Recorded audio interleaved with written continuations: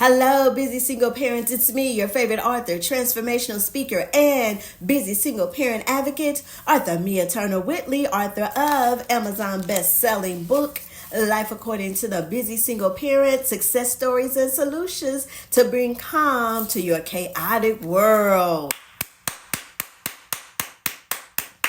Yep, have to give it up for the busy single parents.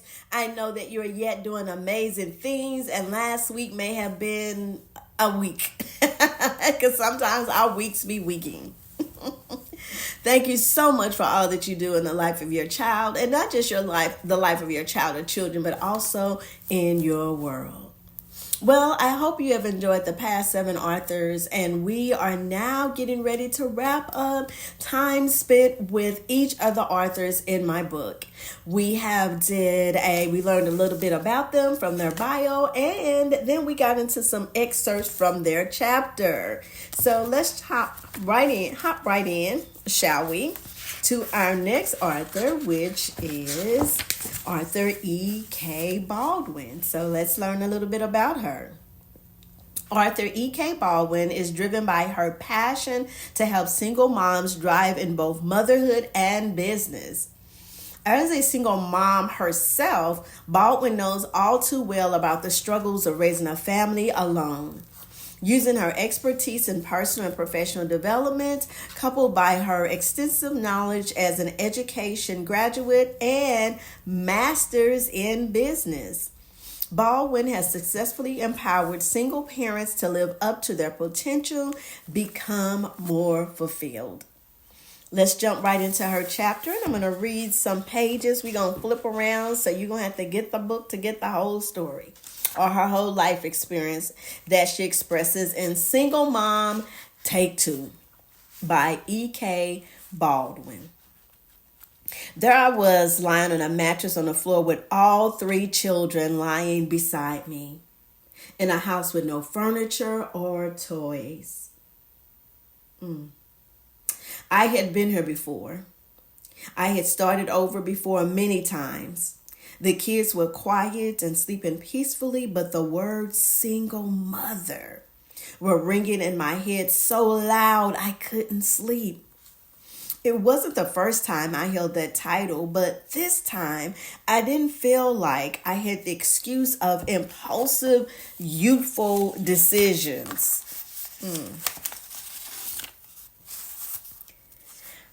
This time I was grown. I had an education and a career, yet here I was on a mattress like some kid in a frat house. This time as a single mother. I was adding the weight of the shame of being old enough to know better and a failed marriage. So how did I end up here again? Not wanting to end up here was one of the contributing factors that kept me in a toxic marriage too long. I knew what it was to be a single mother. I knew how difficult it was to have no support financially, emotionally, and spiritually. There was not a chapter I wanted to repeat in my life, not that one. Yet here I was again. This was the beginning of one of the most challenging chapters in my life.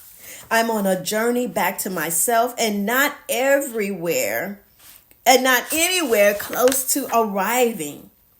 I wanted to write this to encourage any single parent and to share my experiences and things I wish I knew sooner as a single parent. These three things, I made a new word, things. These 3 things I wish I knew sooner: ask for help, take care of yourself first, do the work to break the cycle. Ask for help. Asking for help wasn't something I was good at doing. I had been raised to be ultra independent. I was taught that you had to be accountable for your choices. When I had my first daughter at 23, I knew I was responsible for her and myself.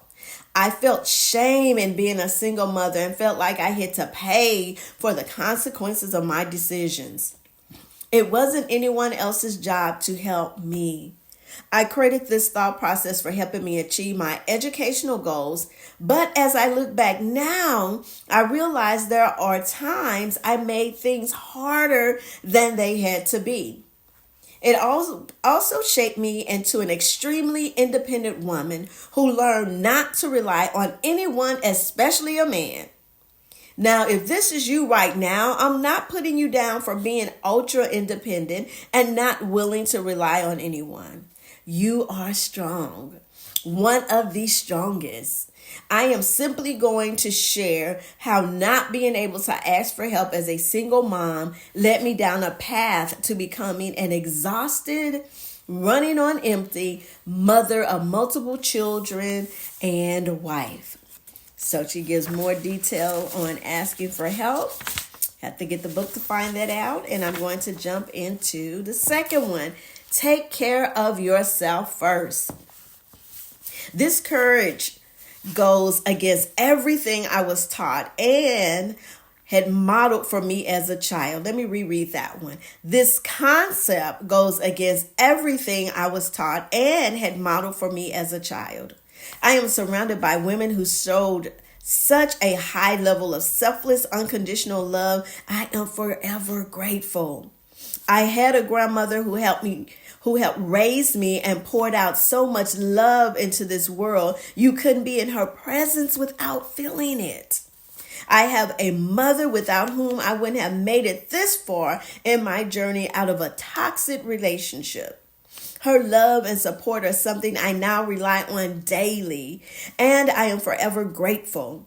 Although she has shown me unconditional love, she is working on filling her cup before pouring into mine, still sacrificing and still modeling, putting your children first. So the author goes into some great tips on taking care of yourself first.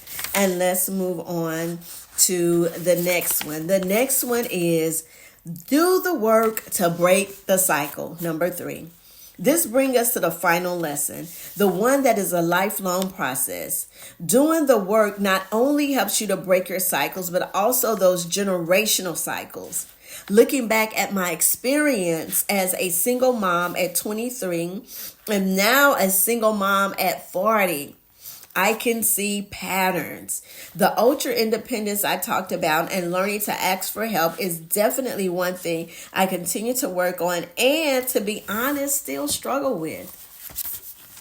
Healing had to happen before I could learn to ask for help, and I still have a lot of healing to do. I had to get freedom from a lot of guilt and shame before I could ask for help. And that process is ongoing. I hope that as you read this, you are able to let go of any shame, guilt, or failure that you may feel. However, you can release that through prayer, meditation, counseling. I recommend all 3. Because the freedom you get from healing helps you to be whole and live the life you are supposed to live, which also means you are the mother your children need. And that, ladies and gentlemen, everyone, was, I almost said Dr. E.K. Baldwin. All right. Thank you for taking this moment for you. I hope that Emily's journey or excerpt spoke to you, that it spoke not only to you, but to your heart and reminded you of your resilience, your brilliance, and your belonging. Be gentle with yourself. Look for our follow-up or our next chapter, our next video, which will be about one of our other authors as we continue our wrapping up this final soul-led collection. Until then, keep leading your life with grace and courage. You are seen, you are strong, you are loved, and don't forget, take 5 minutes of self-care every day for you.